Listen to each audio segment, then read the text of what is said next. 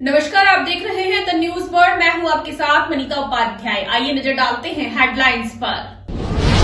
मुख्यमंत्री अशोक गहलोत ने भूंगरा गैस त्रासदी में मृतकों के आश्रितों के लिए राहत पैकेज बढ़ाकर किया 20 लाख। पूर्व मुख्यमंत्री सचिन पायलट पहुंचे जोधपुर, भूंगरा गैस पीड़ितों से की मुलाकात। पूर्व मुख्यमंत्री वसुंधरा राजे ने जोधपुर पहुंच भूंगरा गैस पीड़ितों से मुलाकात कर वर्तमान हालात का लिया जायजा। और 1971 भारत पाक युद्ध के हीरो वीर नायक भैरव सिंह राठौड़ को राजकीय सम्मान के साथ दी गई अंतिम विदाई। टोल मांगने पर टोल कर्मचारी के ऊपर बदमाश ने चढ़ाई गाड़ी, टोल कर्मचारी हुआ घायल। अब खबरें विस्तार से। शेरगढ़ के भूंगरा गांव में हुई गैस त्रासदी में मृतकों के आश्रितों को दिए जाने वाले राहत पैकेज को बढ़ाने की मांग को लेकर राजपूत समाज सहित सर्व समाज द्वारा निरंतर मांग की जा रही थी। वहीं इस मांग के चलते रविवार को सर्व समाज द्वारा जन आक्रोश रैली निकालकर जिला कलेक्टर कार्यालय पर महापड़ाव भी किया गया था, जिसके बाद हादसे के मृतकों को 17 लाख रुपए और संविदा पर नौकरी देने की घोषणा की गई थी। साथ ही मुख्यमंत्री अशोक गहलोत ने प्रतिनिधिमंडल को बुलाकर बातचीत करने का न्योता देकर और राहत देने की बात कही थी। उसी के चलते मुख्यमंत्री अशोक गहलोत ने मंगलवार सुबह पीसीसी सदस्यों कांग्रेस के वरिष्ठ नेता उमेश सिंह राठौड़ से बातचीत कर घायलों को दी जाने वाली मुख्यमंत्री सहायता कोष राशि में 3 लाख रुपए का और इजाफा करते हुए राहत प्रदान की है। मुख्यमंत्री अशोक गहलोत द्वारा की गई इस घोषणा के बाद अब मृतकों के आश्रितों को 20 लाख रुपए की सहायता राशि प्राप्त होगी। शेरगढ़ विधायक मीना कंवर ने बताया कि मुख्यमंत्री अशोक गहलोत प्रदेश और जोधपुर की जनता के लिए हमेशा से ही संवेदनशील रहे हैं और उसी का परिणाम है कि जनता की मांग पर उन्होंने राहत पैकेज को बढ़ाने का निर्णय किया है। जोधपुर के भूंगरा गांव में हुई गैस हादसे प्रकरण में एक बहुत बड़ी दुखांतिका जो कभी किसी ने नहीं सोची हो, ऐसा प्रकरण यहां पर हुआ।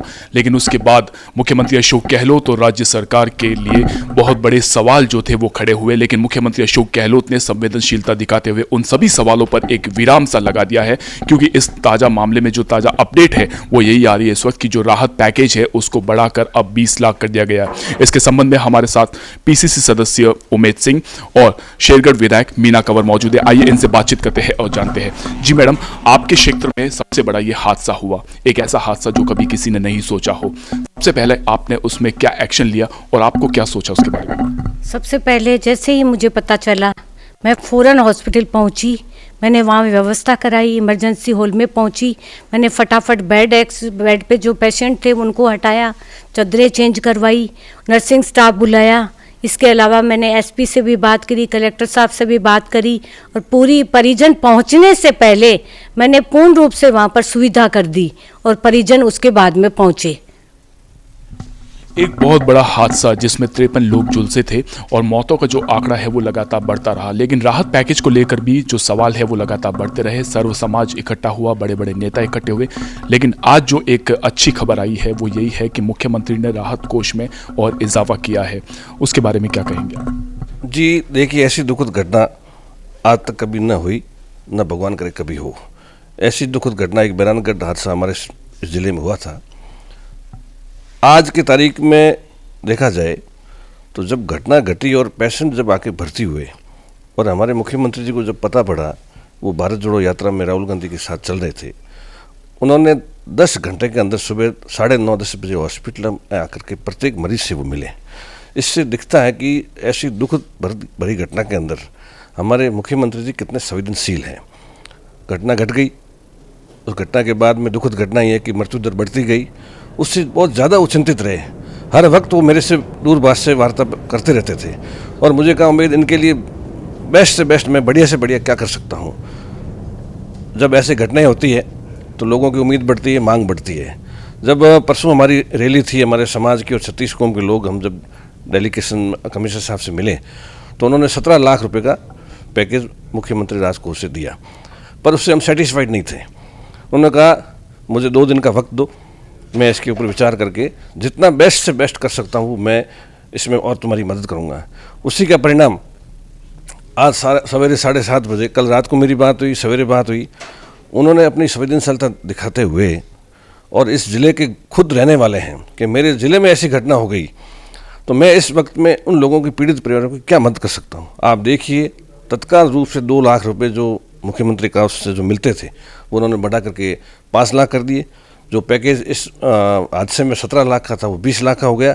मैंने उनसे अनुरोध ये किया कि श्रीमान, आपने जब ये 2 के 5 किए तो क्यों ना आप भी दबाव बनाइए, और मैं भी अपील करता हूँ प्रधानमंत्री महोदय से कि जो उनका पैकेज 2 लाख का है वो भी इस मौके पे ऐसी दुखद घटना पे वो उनको भी 5 लाख रुपए करने चाहिए। संविदा पे नौकरी लगनी चाहिए।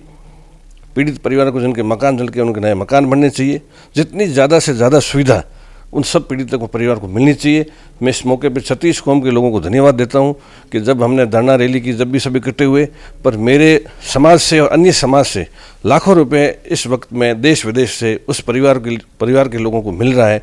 हमारे पंचायत समिति मेंबर भगवान सिंह जी, उसमें हमने एक खाता खोल रखा है, उसमें पैसे आ रहे हैं। मुझे ये उम्मीद है कि जो घटना में लोग चले गए, भगवान उनको स्वर्ग में जगह दे। पीछे मेरी घटना में कोई लोग जाए नहीं। और मैं ये कहना चाहता हूँ मीडिया को कि जब तक हम हैं, हम सब उस समाज के साथ खड़े रहेंगे जब तक वो समाज परिवार वापस पैरों पर खड़ा नहीं होता है। उमेश सिंह जी, राहत पैकेज जो बढ़ाया गया है और राहत पैकेज जो दिया गया है उसकी तो घोषणा हुई है, उसके साथ साथ राज्य सरकार की ओर से संविदा पर नौकरी देने की भी बात जो है वो कही गई है, उसके बारे में क्या कहेंगे? ये मुख्यमंत्री जी की संवेदनशीलता है कि उन्होंने तुरंत प्रभाव से पैकेज बढ़ाया और मुझे ये भी बताया कि जो पीड़ित परिवार है उस प्रत्येक परिवार में जो परिवार पीड़ित हुआ उस सबको मैं संविदा पर नौकरी लगाऊंगा। ये बहुत बड़ी बात है, बहुत बड़ा निर्णय है। मैं इसलिए उनको बहुत बहुत धन्यवाद देना चाहता हूँ। जब ये घटना हुई तब से आप लगातार मुख्यमंत्री के साथ संपर्क में थे, वो लगातार इस पर पूरी मॉनिटरिंग भी किए हुए थे। भविष्य में इस तरह की घटनाएं दोबारा ना हो, इसको लेकर गैस एजेंसियों के साथ भी आपकी कोई मीटिंग हुई है? आपके क्या निर्देश दिए गए? इस बारे में हमारे प्रशासन की और हमारी गैस एजेंसियों से बात हुई है कि जितनी भी गैस एजेंसियां हैं, अगर उसमें कहीं कमियां रहती है, जैसे अभी 2 महीना भर पहले आपके महामंदिर मंडोर क्षेत्र में हादसा, उसमें लोग चले गए, उसके बाद इतनी दर्दनाक घटना यहाँ हुई, तो मैं प्रशासन से ये कहना चाहता हूँ और हमने ये तय भी किया है, मुख्यमंत्री से बात की है कि ऐसे कदम उठाए जाए कि इन पे टाइटनेस की जाए, अवैध रिफिलिंग नहीं हो, अवैध गैस सिलेंडर नहीं बिके, ताकि इस गलत धंधे से ऐसा हादसा नहीं हो जिसमें सैकड़ों लोगों की जानें चली जाए। हम इस वक्त में प्रशासन, हम और हमारी सरकार गैस एजेंसियों को टाइट करेंगे कि ऐसे हादसे वापस कभी नहीं हो। जो घायल इस वक्त अस्पताल में भर्ती है उनके लिए भी आप लगातार मॉनिटरिंग कर रहे हैं, किस तरह की व्यवस्थाएं जो है उनको बचाने के लिए की जा रही है? मेरे धर्मपत्नी और हम दोनों ने काम बांट रखा है। इनको मैंने कह रखा कि आप जाओ हॉस्पिटल के अंदर, आप घायलों से मिलो, उनकी खाने की क्या व्यवस्था है, उनकी क्या तकलीफ है, और मैं बाहर समाज के साथ हूँ। और जो भी नेता, जिस पार्टी के, कोई भी पार्टी के नेता हो, इस वक्त में हम सब साथ खड़े हैं। मैं बाहर का काम देखता हूँ, ये हॉस्पिटल का काम देखती है। बहुत बहुत धन्यवाद हमारे साथ जुड़ने के लिए। तो ये थे उमेश सिंह और शेरगढ़ विधायक मीना कंवर, जिन्होंने बताया कि जो गैस हादसा, जो गैस प्रकरण हुआ है उसमें किस तरह से राज्य सरकार और मुख्यमंत्री अशोक गहलोत ने संवेदनशीलता दिखाते हुए राहत पैकेज जो है वो बढ़ाया। हालांकि हम सभी जानते हैं कि जो जाने गई है उनका हर्जाना किसी भी तरह के आर्थिक पैकेज से भुगतान नहीं किया जा सकता है, लेकिन ये जो आर्थिक राहत पैकेज उनको मिल रहा है वो किसी न किसी तरह से उनके परिजनों को एक बहुत बड़ी राहत साबित करेगा। सहयोगी देव के साथ आशीष पुरोहित, द न्यूज बर्ड, जोधपुर। 1971 के भारत पाक युद्ध के दौरान विश्व प्रसिद्ध लोंगेवाला की लड़ाई में अपनी बहादुरी के दम पर दुश्मन के सैनिकों पर काल बन टूट पड़ने वाले बीएसएफ के जाबाज भैरव सिंह ने सोमवार को जोधपुर के एम्स अस्पताल में अंतिम सांस ली, जिसके बाद उनका पार्थिव शरीर बीएसएफ हेडक्वार्टर में अंतिम दर्शन के लिए रखा गया। मंगलवार सुबह पूर्व मुख्यमंत्री वसुंधरा राजे, पूर्व मंत्री यूनुस खान, कांग्रेस नेता हनुमान सिंह खांगटा, वीर नायक भैरव सिंह राठौड़ के अंतिम दर्शन करने के लिए पहुंचे। सुबह 9 बजे ससम्मान के साथ उनकी पार्थिव देह को उनके पैतृक गांव सोलंकिया तला ले जाया गया, जहां उनका अंतिम संस्कार किया गया। इस दौरान बीएसएफ आईजी सहित बड़ी संख्या में बीएसएफ के जवान मौजूद रहे। भारत माता की जय और भैरव सिंह अमर रहे के नारों के साथ वीर नायक भैरव सिंह को भावपूर्ण श्रद्धांजलि दी गई। अभी थोड़ा बहुत वोडो फिल्म के जरिए हमको पता लगा था आम सिविलियन को, लेकिन जो लोंगोवाल बैटल में इनका रोल रहा है वो अतुलनीय है और उसकी तुलना किसी से नहीं की जा सकती। अपनी सभी कुछ चीज़ों को परवाह न करते हुए पाकिस्तानी सेना से लगातार 12-13 घंटे तक लोहा लेना बहुत कम बात नहीं थी। और ये इनका जीवन जो है बात का, जो भी मैं संपर्क में इनसे आया हूँ, ये हमेशा एक योद्धा की तरह रहे हैं। एक आम सिविलियन उनमें नजर नहीं आता था, हमेशा सैनिक ही उनमें नजर आए। सर 120 भारत के जवान थे और सामने बड़ी सेना थी, हजारों में उस वक्त पाकिस्तानी जो सेना है वो आ रही थी और बड़े बड़े हथियारों के साथ वो आ रही थी, लेकिन उस वक्त भैरव सिंह राठौड़ ने पोस्ट ना छोड़ने का मन बनाकर बल्कि उनसे लड़ने का मन बनाया और उस लड़ाई में भारत को जिताया भी। तो क्या उस वक्त मनोस्थिति होती है एक फौजी की?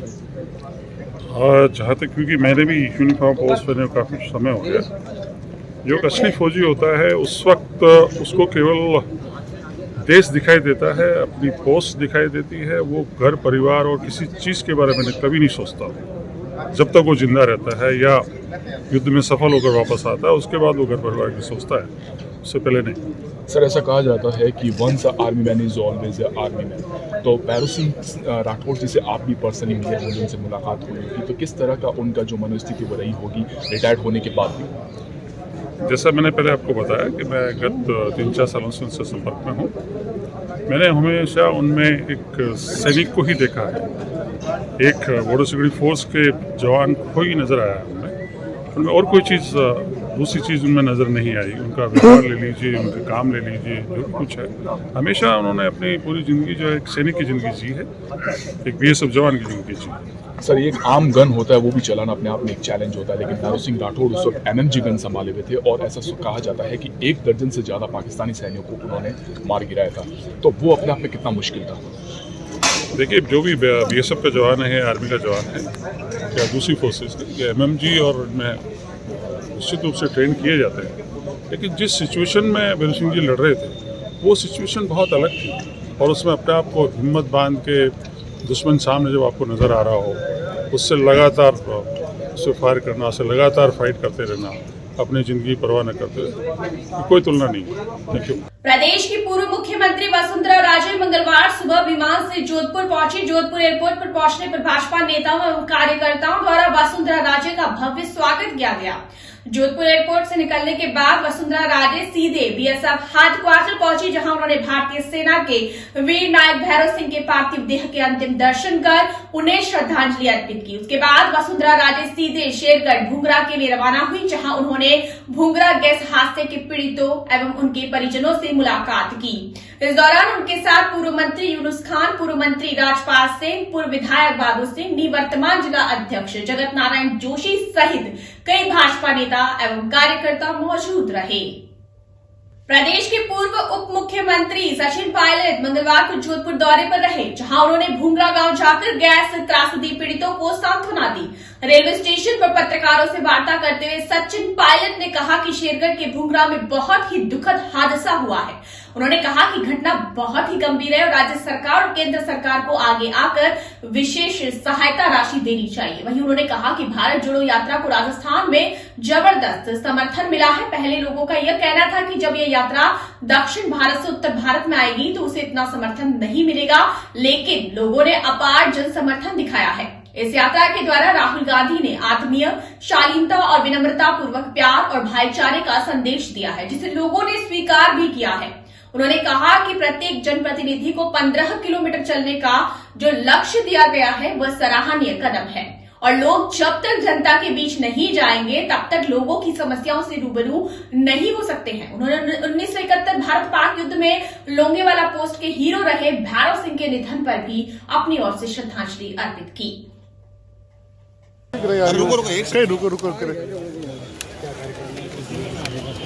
बड़ा हादसा हुआ और इतने लोग की जान गई, बहुत सारे लोग अस्पताल में हैं जिनकी मौत से जूझ रहे हैं। तो हम सब जो परिवार है सबके बड़ा पीड़ा हुई है, सबका दुख बांटने के बाद मैं जा रहा हूँ, सांत्वना देने जा रहा हूँ। और इतना बड़ा जो हादसा हुआ, एक्सीडेंट हुआ, इसमें हम चाहते हैं लोगों की मदद करें। मैंने आग्रह किया है केंद्र सरकार से भी अब तक और राज्य सरकार से भी जो अब तक सहायता मिली है, क्योंकि वो बहुत आर्थिक मजबूत नहीं था और लगभग कमाने वाले काफ़ी लोगों की जान चली गई और एक साथ इतने सारे लोग एक परिवार के चले जाएँ तो बहुत दुख होता है। और आज 10 दिन हो गए इस हादसे को, तो अपना दुख बांटने के लिए लोगों को सांत्वना देने के लिए और ये उम्मीद करते हुए कि उन लोगों की मदद के लिए सब बढ़कर आ गया है। सर 1971 की लड़ाई में उनका भी निधन हो गया है, पूरे देश को बहुत गर्व था और उस जो वीरता दिखाई हम सबके लिए उदाहरण बना है और पूरे देश के लोग आज वर्तमान करते हैं उनके साथ, उनका आज जो योगदान रहा उसका सब याद है। भारत जोड़ो यात्रा राजस्थान में जो है हिमाचल में जो किस तरह का उत्साह देखा गया और क्या नया कार्यकर्ताओं में जोश है? भारत जोड़ो यात्रा तो 7 सितंबर को चालू हुई थी और लोग कहते थे कि ये सिर्फ दक्षिण भारत तक सीमित रहेगी और उत्तर भारत जब आएंगे तो उसका स्वरूप बदलेगा, लेकिन आप सब ने देखा है कि जैसे जैसे यात्रा बढ़ी है, खासकर राजस्थान जब आई है यात्रा, इसका अभूतपूर्व स्वागत हुआ है और 100 दिन जो पूरे हुए वो राजस्थान में हुए, दौसा में हुए और आप सबने देखा होगा बहुत अपार जनसमूह के साथ जुड़ा राहुल जी के साथ। इस यात्रा से एक बहुत अलग तरह का संदेश गया है, देश में जो तुरंत मुद्दे हैं उस पर वो अपनी बात रख रहे हैं और एक विनम्रता का, शालीनता का, आत्मीयता का और अहिंसा का, प्यार मोहब्बत का जो पैगाम लेकर राहुल जी आगे निकले हैं उसको देश स्वीकार कर रहा है और हमारे विरोधी दल इससे बहुत विचलित है कि इसमें वो कमी निकाल नहीं पा रहे हैं और मुझे लगता है कि इस यात्रा से सामाजिक और राजनीतिक बहुत से बदलाव आ जाएगा। 15 किलोमीटर पैदल चलने की जो बात कही है मैंने, उसको आप किस तरह से देखते हैं? क्या बहुत अच्छा सुझाव है और हम सबको उसमें करना जो जनप्रतिनिधि होता है। देखिए, जब तक हम जनता के बीच जाकर उनकी समस्याओं को खुद देखेंगे नहीं तो समाधान का तो सवाल नहीं होता। तो और खासकर जो लोग पदों पे बैठते हैं उनकी जिम्मेदारी बनती है, जैसे राहुल जी ने कहा, जनता बीच जाए और एक चलने से मैंने खुद अनुभव किया है, मैं कई राज्यों में मेरे साथ चला हूँ राहुल जी के साथ, इस बार भी पिछले 15 दिन से हम लगातार चल रहे हैं, तो सड़क पर चलकर जो आम व्यक्ति जो दुख, पीड़ा और यातनाएं वो झेलता है उससे हम मुखातिब होते हैं, सुनते हैं, समझते हैं, तो एक अलग तरह का अनुभव होता है। वो अनुभव भी हमको प्रेरणा देता है कि लोगों के समाधान कैसे किए जा सकते हैं। तो उनका सुझाव बहुत ही स्वीकार्य है और कल जो उन्होंने अलवर में कहा उसको सभी लोगों ने स्वीकार किया। Thank you sir, thank you. Bulletin में यहाँ वक्त चला एक छोटे से ब्रेक का। ब्रेक के बाद हम जल्द लौटेंगे। आप लगातार बने रहिए द न्यूज वर्ल्ड के साथ। ईश्वर की भक्ति, प्रभु की आराधना, अब होगी दिन की शुरुआत सरिता जोशी और अजय पुरोहित के साथ। देखिए भक्ति प्रवाह हर रोज सुबह 6 बजे। हजारों में सिर्फ उन्हीं की बात होगी जब सितारों से मुलाकात होगी। खुलेंगी कुछ बातें और कुछ राज जब गुफ्तगू आपके साथ होगी। मैं शिवानी लेकर आ रही हूँ बर्थडे स्पेशल, जिसमें मैं आपको बताऊंगी आपके ही पसंदीदा कलाकारों के बारे में। एक ऐसा प्रदेश जहां वीरों ने अपने खून से लिखा इतिहास, एक ऐसा प्रदेश जहां आज भी सुनाई जाती है वीरों की गाथाएं, एक ऐसा प्रदेश जहां के दुर्ग खुद बताते हैं यहां का इतिहास। द न्यूज वर्ल्ड पर देखिए गौरव राजस्थान का हर सोमवार दोपहर 1 बजे। एक सितारा जिसने किया करोड़ों लोगों की दिलों पर राज, अपनी कलाकारी से कभी रुलाया तो कभी हंसाया, रंगमंच की दुनिया में जिसने की खूब अपनी जिंदगानी। द न्यूज वर्ल्ड पर जानिए ऐसे ही सितारों की कहानी, अर्पिता की जुबानी। हेल्थ से जुड़े हर विषय पर होगी सीधी बात। देखिए टॉक फॉर हेल्थ, जहां होंगे मेडिकल एक्सपर्ट्स, डॉक्टर्स और स्पेशलिस्ट जो आपको देंगे सही राय और सही सलाह। टॉक फॉर हेल्थ हर गुरुवार दोपहर 1 बजे। जनता से जुड़ी हर खबर,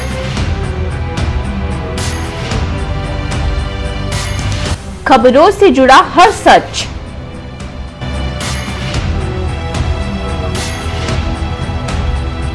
हर मुद्दे पर होगी हमारी नजर।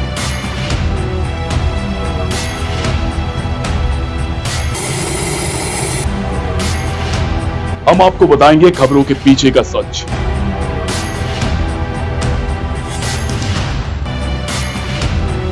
हम आपको सुनाएंगे भीड़ में दब रही आवाज,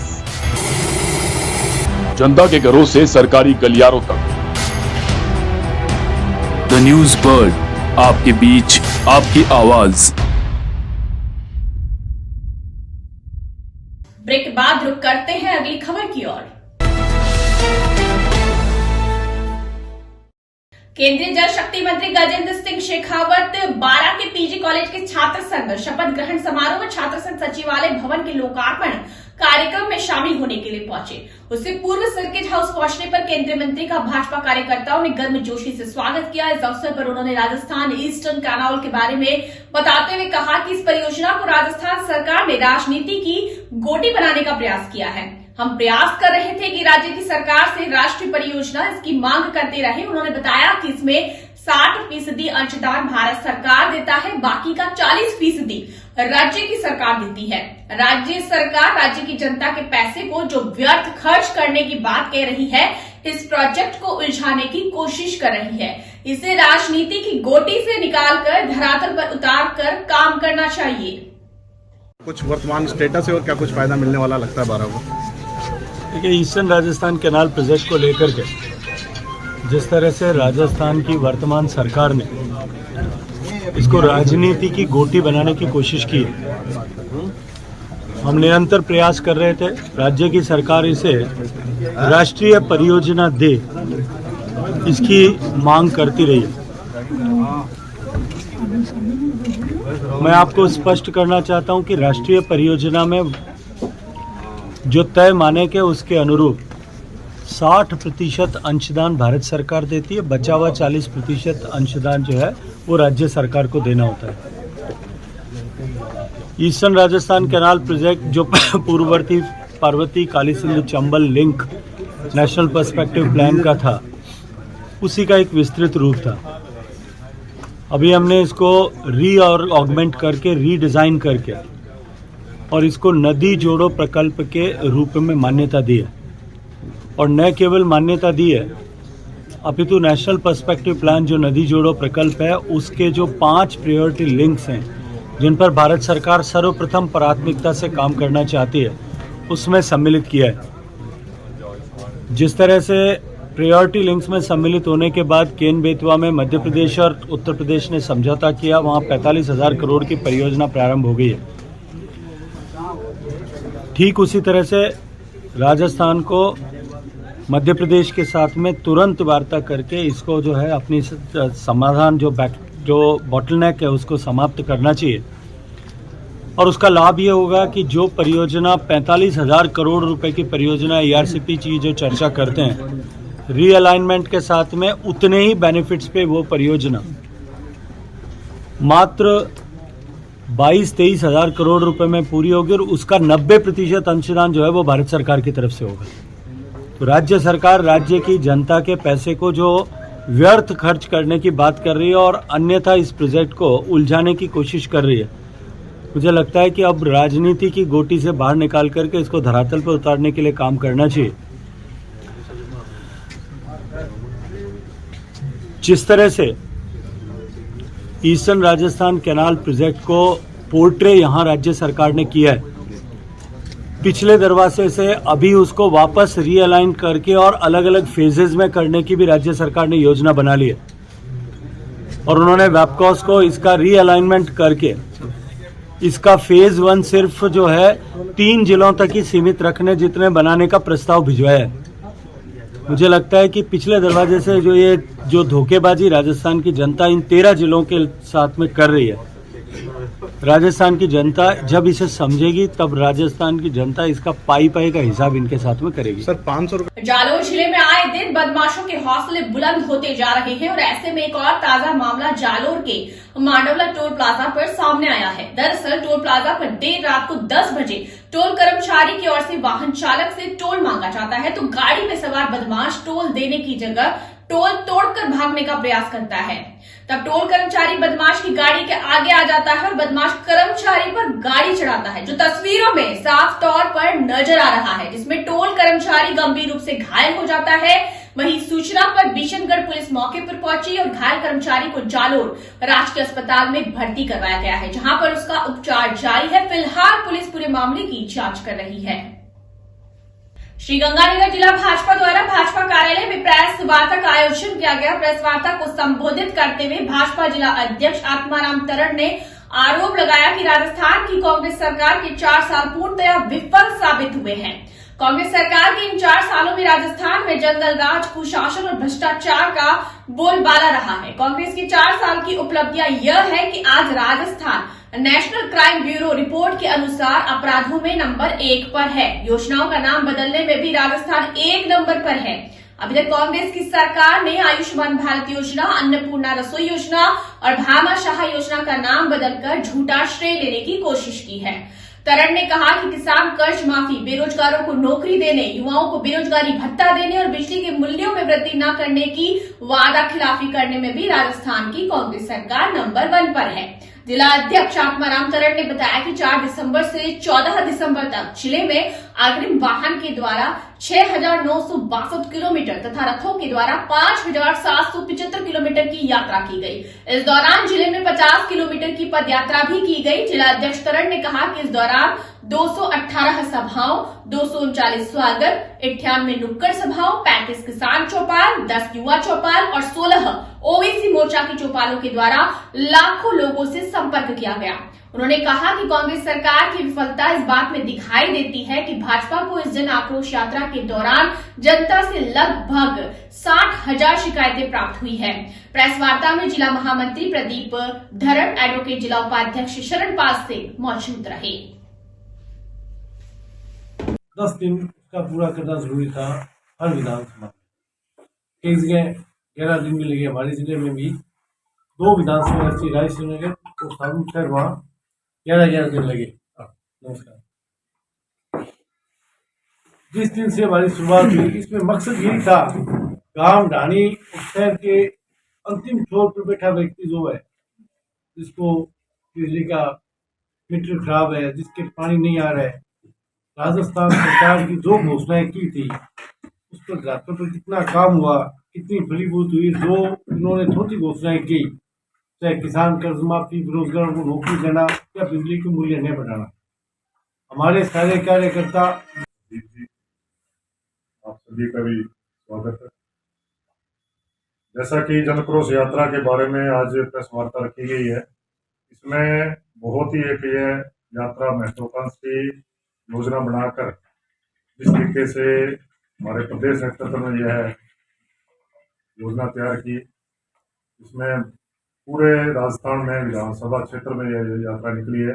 जैसा कि आपको पूर्व में भी यह बताया गया था पिछली प्रेस वार्ता में, इसमें सभी कई जनता की क्या क्या समस्याएं सामने है उसे लेकर, और साथ ही हमारी जो बूथ की समस्याओं को लेकर यह यात्रा निकाली गई, जिसमें हम शिकायत पेटी का विशेष करके रथ में रखी गई थी, जिसमें सभी ग्रामवासियों ने उसमें अपनी अपनी समस्या को लिखित रूप में डाला। और साथ में